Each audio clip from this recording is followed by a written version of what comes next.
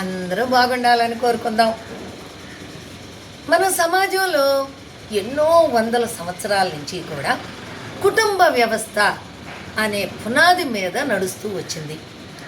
మనకి మీరు కొన్ని వందల సంవత్సరాలు వెనక్కి వెళ్ళండి, ఎక్కువ శాతం మన హిందూ సమాజంలో, అంటే మధ్యలో ముస్లిమ్స్, క్రైస్తవులు ఇవన్నీ వచ్చినా కూడా మన హిందూ సమాజం పూర్వకాలం నుంచి కూడా మనకి కుటుంబ వ్యవస్థ పటిష్టంగా ఉంటూ రావడం మనం వింటూ ఉన్నాం, చదువుతూ ఉన్నాం. అలా మీరు అనుకోవచ్చు, మహాభారతం, రామాయణం ఇవన్నీ కూడా మన పవిత్ర గ్రంథాలు.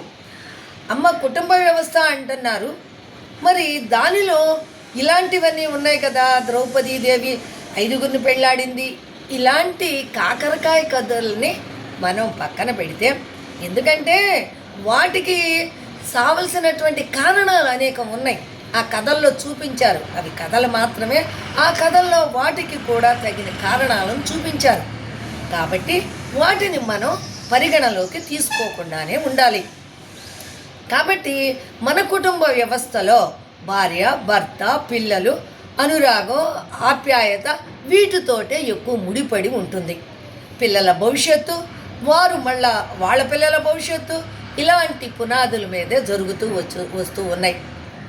ఇల్లీగల్ పనుల మీద జరిగేటటువంటి కార్యక్రమాల్లో ఎక్కువగా కుటుంబాలు నాశనమైపోతూ ఉంటాయి. ఈ మధ్యకాలంలో అలాంటివి ఎక్కువగా మనం టీవీల్లో కూడా చూస్తూ ఉన్నాం. అంటే ఏంటంటే అది తప్పు.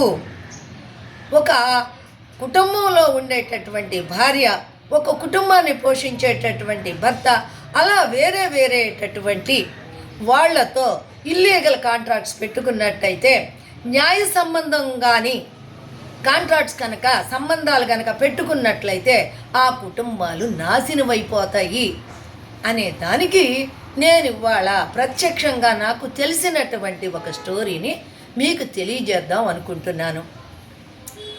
ఒక ఊరిలో ఒక శేషు అనే ఒక కుర్రాడు ఉండేవాడు. అతడు 10వ తరగతి చదివాడు, లేక పుట్టాడు. చాలా పల్లెటూరు. అలా 10వ తరగతి చదివేటప్పటికి వాళ్ళ అమ్మ పోయింది.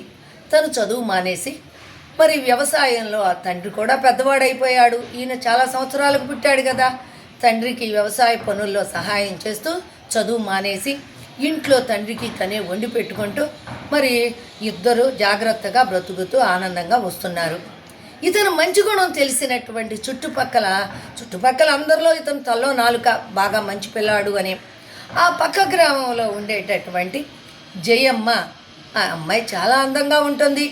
మీకు తెలుసు కదా, పల్లెటూళ్ళల్లో ఎక్కువగా 5 ఎలిమెంటరీ స్కూలు, లేకపోతే అంతకంటే తక్కువ చదివి ఆపేస్తారు. అలాగే ఆ కాలంలో ఏం చేసేవారు, పిల్ల పుష్పావతి అయిందంటే మరి 14-15 సంవత్సరాలు వచ్చేటప్పటికి పెళ్లి చేసేస్తారు. మగపిల్లలకు కూడా అంతే, 20 సంవత్సరాలు వచ్చేటప్పటికి పెళ్లి చేసేసేవారు.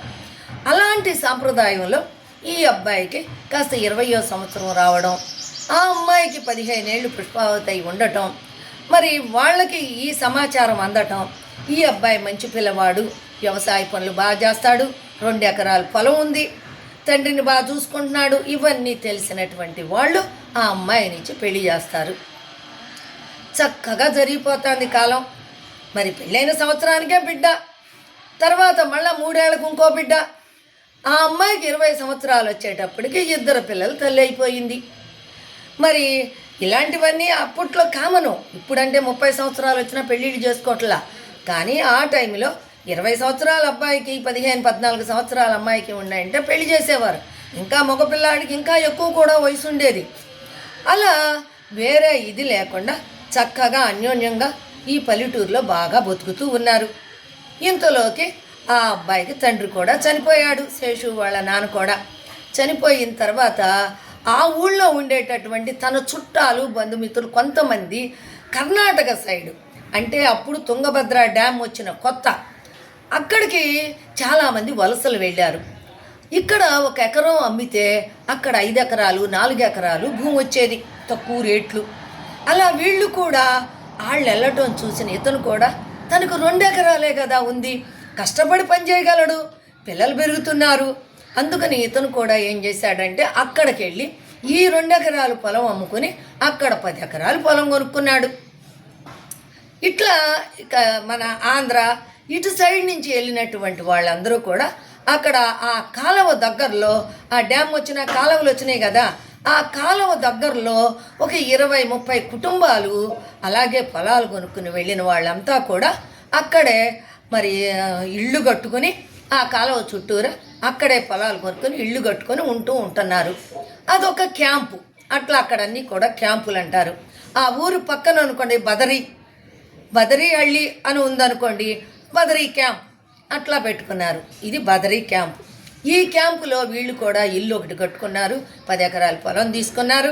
పిల్లలు చదువుకుంటున్నారు కాబట్టి వాళ్ళ అమ్మమ్మ గారింట్లో పిల్లల్ని వదిలి ఈ భార్యాభర్తలు అక్కడికి వెళ్ళిపోయారు. అదే ఊళ్ళో చిట్టిబాబు అనే ఒక ఆయన ఉన్నాడు. ఆయనకేంటి 50 ఎకరాలు రైతు. అక్కడ అమ్ముకుని వచ్చి 50 ఎకరాలు కొనుక్కున్నాడు. దానికి తోడు ఆయనకు ఒక బైక్ ఉంది. అట్లాగే ఆయన బైక్ నడుపుతూ ఇల్లు కూడా బ్రహ్మాండంగా కట్టుకున్నాడు.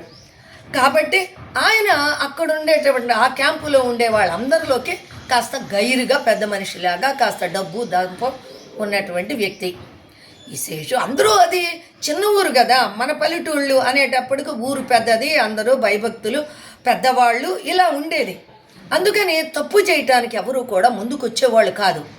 కానీ ఇప్పుడు స్వతంత్రం అయిపోయారు వీళ్ళంతా ఒక క్యాంపు. 20-30 ఏళ్లలో మరి అంత రిస్ట్రిక్షన్స్ ఉండవు కదా. ఇవన్నీ వీళ్ళు స్వతంత్రం అవ్వటం, అలా ఎవరికి వాళ్ళే పెద్ద మనుషులు అయిపోయారు, అట్లా అనుకుంటూ ఉన్నారు. ఇక ఈ శేషు చిట్టిబాబు కూడా స్నేహంగా ఉండటం మొదలుపెట్టారు. చిట్టిబాబు వీళ్ళ ఇంటికి వస్తూ ఈ జయమ్మని చూసినాక అతనికి ఈ అమ్మాయి మీద కన్నుబడింది. ఎలాగైనా ఈ అమ్మాయిని అనుభవించాలి అనుకున్నాడు. అలా దొంగ స్నేహం నటిస్తూ శేషుతోటి బాగుంటూ చిన్నంగా, మరి శేషుకు సైకిల్ మాత్రమే ఉంది. సినిమాలకు వెళ్తే శేషు నమ్మాడు బాగా చిట్టిబాబుని. సైకిల్ మీద వెళ్ళటం రావటం, ఆ బండి మీద ఈ అమ్మాయిని కూర్చోబెట్టి తీసుకెళ్ళటం తీసుకురావటం, ఇలా కాస్త కొద్ది కాలం జరిగింది.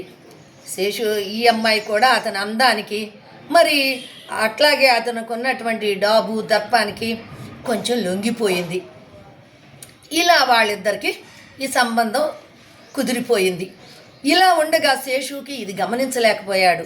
ఊళ్ళో అందరూ చెప్పుకుంటున్నారు ఇలా జరుగుతుందని, కానీ శేషు వచ్చేటప్పుడు ఆపేస్తున్నారు ఏంటి అనేది. కాబట్టి అతనికి అంతగా తెలియలే.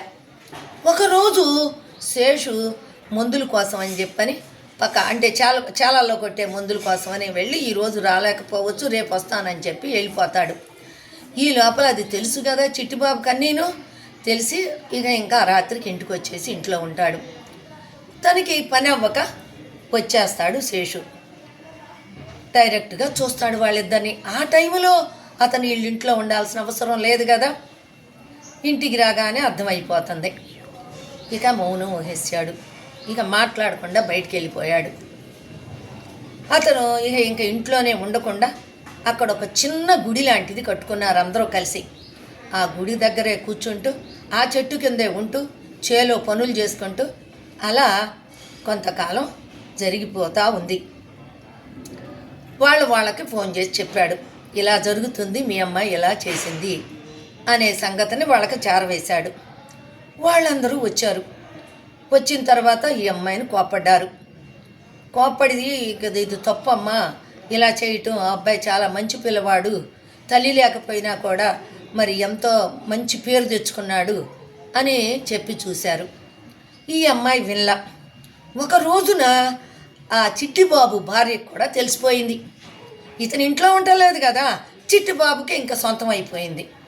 ఈ విషయం తెలుసుకున్న చిట్టిబాబు భార్య వాళ్ళ బంధువులను పిలిచి ఈ అమ్మాయిని కొట్టించడం జరుగుతుంది. కొట్టించడం, అందరూ ఇంటి మీదకి వెళ్ళి తిట్టడం, ఇవన్నీ జరుగుతుంది.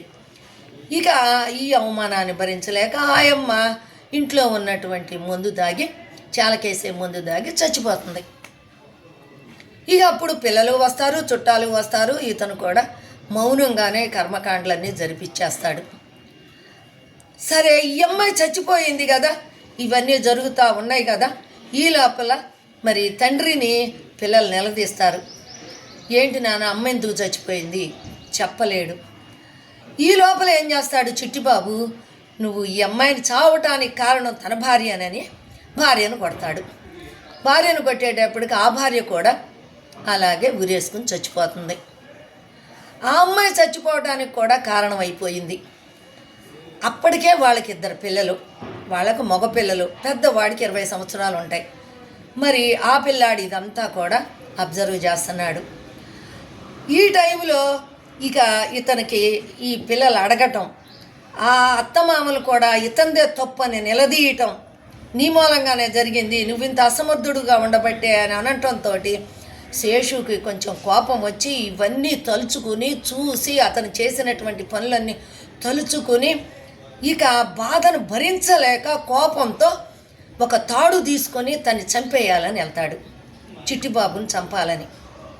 అక్కడికి వెళ్ళేటప్పుడు చిట్టిబాబు ఏం చేస్తాడు, ఇక ఎదురు తిరిగి శేషునే చంపేస్తాడు. ఆ తాడుతో బిగిచ్చేస్తాడు.